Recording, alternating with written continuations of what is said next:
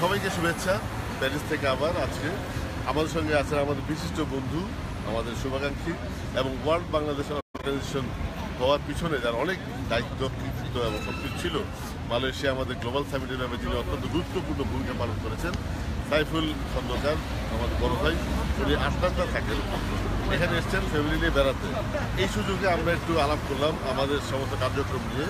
ওনারও যে অর্থনৈতিক কার্যক্রম আছে, একটা বিশেষ একটা ক্ষমা ক্যাশ ব্যাপারে আলোচনা করলাম আমাদের মধ্যে। সব নিয়ে চমৎকার সময় আমরা কাটিয়েছি এবং আমি ওনাকে ধন্যবাদ জানাই এই সময়টা আমাদেরকে দেওয়ার জন্য এবং এই সময়টা এই ফ্যামিলির মধ্যে নিয়ে আসার পরও আমার জন্য এই কষ্ট স্বীকার করার জন্য। সাইফুল ভাই, আপনাকে ধন্যবাদ। আপনি আমাদের যদি কিছু বলুন যে আপনি প্যারিসে আসার পর আপনার কেমন লাগছে, আমাদের সঙ্গে সময় কাটতে পারে কেমন লাগছে, এবং আমাদের তো ভীষণ ভালো লাগছে, সেই জিনিসটা আপনারা শুনতে চাই। First of all, thank you, Inu bhai. It was a really great pleasure to be here. এখানে প্যারিস তো is a wonderful city, its first time আপনাদের সাথে প্রথমে দেখা হলো মালয়েশিয়াতে, আবার গ্লোবাল বাংলাদেশ সামিটে, তারপরে সেটার সূত্রপাত ধরে আজকে এখানে প্যারিসে যদিও ফ্যামিলি ট্রিপ, তারপরেও কিছু সময় করে আমাদের সাথে দেখা হলো। এখানে ফ্রান্স চেম্বার অফ কমার্স, বাংলাদেশে ফ্রান্স চেম্বার অফ কমার্সের অনেক নেতৃবৃন্দ ওনারা ছিলেন, সবার সাথে পরিচিত হলাম, খুবই ভালো লাগলো।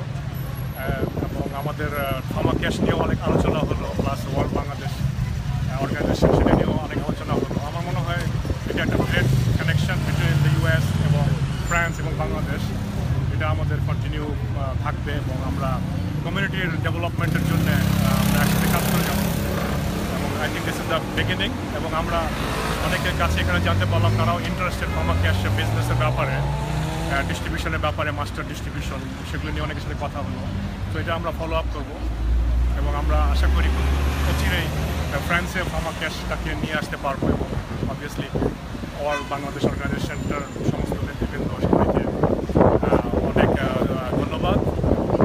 এবার সবাইকে ধন্যবাদ আজকে যারা ছিলেন এখানে মিটিংয়ে, এখন তো অনেকে নাই চলে গেছেন, সবাইকে অসংখ্য ধন্যবাদ এখানে আসার জন্য। And I had a really wonderful time.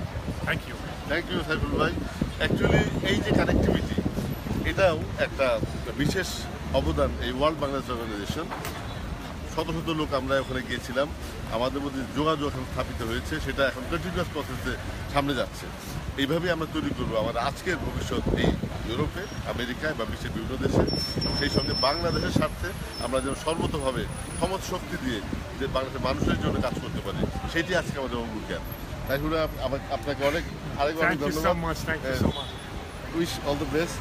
ভালোভাবে এই দেশটার সময়টুকু কাটান এবং আপনি জাপান যাচ্ছেন পরে সেটাও সব ভালো কাটুন এবং আমরা যদি একসঙ্গে থাকতে পারি, আল্লাহ আপনার সাহায্য দেন এবং বাংলাদেশের স্বার্থে কাজ করতে পারি এবং বাংলাদেশ গ্লোবাল সামিটের পরবর্তী পর্যায়ে যে কার্যক্রম আমাদের সামনে আছে সেটা সম্পূর্ণ করতে পারি।